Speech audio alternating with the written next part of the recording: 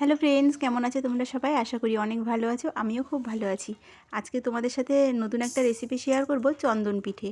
তো অনেক দিন ধরেই পিঠে খেতে খুব ইচ্ছা করছিল, জানো তো। তাই ভাবলাম যে ঘরে থাকা কয়েকটা জিনিস দিয়েই একটা পিঠে তৈরি করে ফেলি। তো তোমরা দেখলে কিছু চাল নিয়েছি, 250 গ্রাম মতন। চালটা আমি বেশ ভালো করে ভেজে নিয়েছি। এরকম করে ভাজতে হবে, খুব বেশি ভাজার দরকার নেই। আর এই চালগুলো এখন আমি শিলে গুঁড়ো করে নেব। তোমরা চাইলে মিক্সিতেও করতে পারো, তো আমি শিলেই গুঁড়ো করে নিচ্ছি। ভিডিওটা প্রথম থেকে শেষ পর্যন্ত দেখো, তো আশা করি তোমাদের অনেক ভালো লাগবে। কয়েকটা জিনিস দিয়ে বাড়িতেই চট করে তৈরি করে নিতে পারবে চন্দন পিঠে, খুব একটা সময়ও লাগবে না। আর ভিডিওটা কেমন লাগলো অবশ্যই কিন্তু জানাবে, দেখে কমেন্টে কিন্তু জানাতে একদম ভুলবে না। দেখো আমি কিন্তু ঠিক এরকম করে গুঁড়ো করে নিয়েছি। খুব বেশি গুঁড়ো করতে হবে না, একটু দানা দানা থাকলে পিঠেটা খেতে খুব ভালো লাগে। আর কড়াইতে জল বসিয়ে দিয়েছি, দেখো একটা তেজপাতা দিয়েছি। এবার আমি গুঁড়োগুলো দিয়ে দেব। দিয়ে কিন্তু একটু নাড়তে হবে, আনলে দলা পাকিয়ে যাবে। দলাটা যাতে না পাকায় তাই একটু ঘন ঘন নাড়তে হবে। দেখো যেহেতু চাল, ওই জন্য আমাকে একটু বেশি সময় ধরে রান্না করে নিতে হবে। খুব বেশি সময়ও কিন্তু লাগবে না। দেখো কেবল ফুটে চলে এসেছে, আর একটু নাড়তে হবে। আর জলটা একটু বেশি দেবে, ঠিক আছে? কেননা চালের গুঁড়ো তো একটু রান্না হতে সময় লাগে, খানিকটা সময় তো লাগবে, তাই না? তো দেখো চালটা আমার প্রায় হাফ সিদ্ধ হয়ে গেছে। এবার আমি দুধ দিয়ে দিলাম। দুধটা দিয়ে আরেকটু সময় ফুটিয়ে নিতে হবে। চালটা যেহেতু আমি ভেজে নিয়েছিলাম, তাই পিঠেটা কিন্তু একটা বেশ সুন্দর গন্ধ বেরোবে, খেতেও খুব ভালো লাগবে। তো এর মধ্যে কিছু কিশমিশ আমি দিয়ে দিলাম। তো এবার ফুটতে দেবো এটা।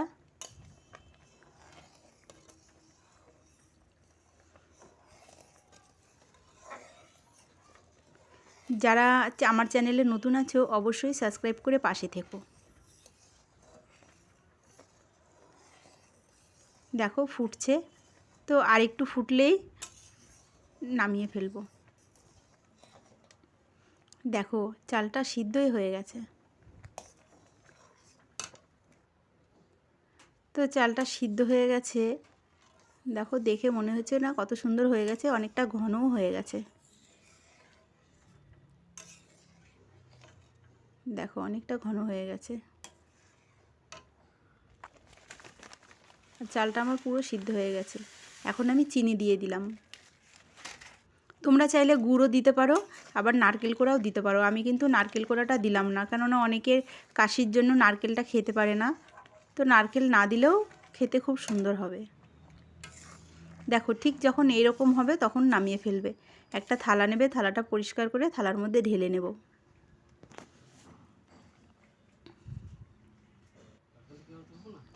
থালার মধ্যে ঢেলে নিয়েছি আমি। তো থালার মধ্যে ঢেলে কিছুটা সময় ঠান্ডা হতে দেবো। এর ওপর থেকে আমি কিছু কিশমিশ ছড়িয়ে দিলাম। কত সুন্দর লাগছে না দেখতে, খেতেও কিন্তু ঠিক ততটাই সুন্দর লাগবে। কয়েকটা উপকরণ দিয়ে তৈরি করে ফেললাম। দেখো কতটা শক্ত হয়ে গেছে, দেখে বুঝতে পারছো ফেটে গেছে অনেকটা। তো পিস করে কেটে দেখাই তোমাদের। আর একটু সময় রাখলে হয়তো ভালো হতো, কেননা তোমাদেরকে দেখাবো তাই জন্য একটু তাড়াতাড়ি কেটে নিলাম। তাও শক্ত হয়ে গেছে অনেকটাই। দেখো কত সুন্দর লাগছে পিসগুলো, খেতেও কিন্তু খুব সুন্দর হয়েছে। তোমরা কিন্তু বাড়িতে অবশ্যই তৈরি করে খেও বন্ধুরা, দেখবে খুব ভালো লাগবে। আজকে আমার ভিডিওটা কেমন লাগলো লাইক কমেন্ট শেয়ার করতে কিন্তু ভুলো না। আর সাবস্ক্রাইব করে দিও। সবার সঙ্গে আবার দেখা হবে, টাটা।